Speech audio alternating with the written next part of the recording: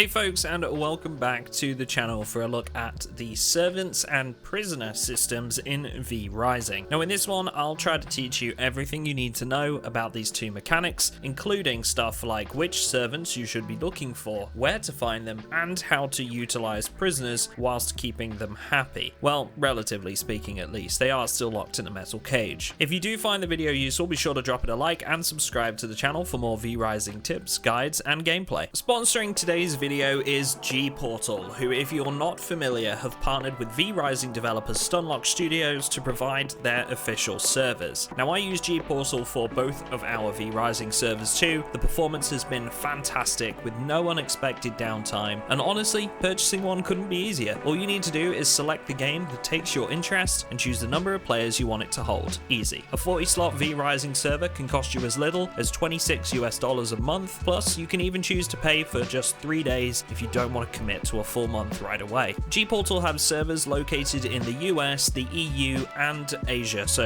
if you're looking to host a server, this is the place to do it. And on top of all that, if you're interested in grabbing a vrising server for you and your friends, you can find a link in the description for 10% off your purchase. So, with today's sponsored segment out of the way, let's take a look at how servants work and why you need them. Once you complete the relevant part of the quest line, you'll gain the ability to build coffins in your castle and a throne to command your undead servants from. You'll also now possess the Vampire's Kiss ability, which will allow you to charm unsuspecting humans into following you back to your castle. When it comes to actually charming your first human, I'd strongly recommend softening them up with a few hits first. Stop at about a quarter of their HP if you can. This shortens the time it takes when using the Vampire's Kiss, otherwise it'll slowly bring down their health until they are weak enough to be charmed, and in that time they can still hit you. This is just a safer way of doing it, basically. Now once you've charmed a human, you can take them back to your castle and interact with a coffin. You then place the human in the coffin and turn the temperature to 180 degrees or gas mark 6 if you own a gas coffin. Oh, and having the crypt flooring in the room you're placing your coffins in will halve the time it takes for them to be ready, just as a quick note there. When you get to placing prison cells, this is exactly the same process here too. Get a human down to low HP, charm them, and then take them back to the cell to place them inside. The difference here is that the humans in prison cells can be used for their blood, which you can take with you anywhere you go, and those humans you choose to do your bidding are therefore, well, just that, they do your bidding. You send them out on missions from the castle throne, and they'll bring back supplies for you. Now when capturing servants, it's important to consider 3 things. Firstly, where you get them. As a rule of thumb, whichever zone you get the servant from, they will bring back 20% more loot from all missions conducted in that zone. Secondly, their blood type. Each blood type will reduce the difficulty for them and any other servants they bring with them for a different type of mission. Now, for example, if we picked a worker from the logging camp in Farbane Woods, that servant will bring back 20% more loot from Farbane Woods missions, and because they're a worker blood type, they will have a reduction of difficulty by 100 for infiltration missions. Lastly, perhaps the most important thing of all 3 is their blood quality. The higher the blood quality, the higher the servant's expertise, and expertise increases the servant's power and makes them directly more successful in any mission they take part in. So, the higher blood quality, the better. After all, you can't just have anyone wandering around your castle. If I was to choose one particular type of servant that I'd want from any area, I'd say the 2 most important are going to be a Dunley Farmlands Brute and a Silverlight Hills Brute. The Brute blood type reduces difficulty when hunting in harsh environments, and lo and behold, all of the mines that are in the game count as harsh environments. So if you want to send your servants off to a mission gathering iron or silver, those 2 servants are going to be incredibly useful and will tick both of the requirements for doing hunts in the mines. But you may still want some other blood types as well to gather much needed cloth, thread, hide, and other resources. Workers are effective in human settlement missions, warriors are more effective in enemy encampments, rogues are better in areas involving creatures or demons, and lastly, the scholar is most effective in any area protected by the light. It's up to you what kind of motley crew you build for yourself, depending on what you want to gather most, but a balanced roster is always a good idea to ensure you can cover as many bases as possible. So yeah, don't stack your whole roster with warrior blood types, for example. When you're ready, you can head to the throne and pick a mission you want to send your followers on. Now, when picking your your group, try to make sure that both of the mission requirements or modifiers are covered. This is going to drastically increase your chances of success for the party. The next thing we need to be aware of here is the time modifier. By default, a mission takes 8 hours to complete. However, we can increase or decrease the time it takes for your followers to carry out a mission by using the slider. An increase in time will increase their chances of success by 10 or 20%, and a decrease will do just the opposite. Increasing the time will also increase the amount of rewards we get, and the same if we decrease it. Really, there's no right way to do this, so I usually just work it around when I'll be on next to send them out on another mission. Keep in mind that the times that this will present to you are real out of game hours, so we're not going on the day and night cycle that is present in vrising. When it comes to prisoners, the only thing we need to worry about is the blood type and blood quality, much the same as when you're draining someone out in the world. The higher the blood quality, again, the better. Once you have your chosen prisoners safely back to their cell, you'll need to start by healing them. This can be done either by feeding them some rats, which give between 10 and 30% health each time, or the more preferable route, feeding them a fish called a fat goby. This will heal them by 100%, so to full health. You can get more fish by obviously fishing, or quite a few of the missions that your followers can go on will reward fish. You might also notice that other types of fish can be fed to the prisoners and that they reduce misery. So that brings me nicely to the next thing you need to consider with prisoners. Their level of misery will increase each time you decide to either extract blood essence from them to power your castle, or every time you siphon blood from them. You'll also have to be careful because both will reduce the prisoner's HP, usually between 2 values, and the higher the misery rating, the more HP it's going to drain from them, so be careful that you don't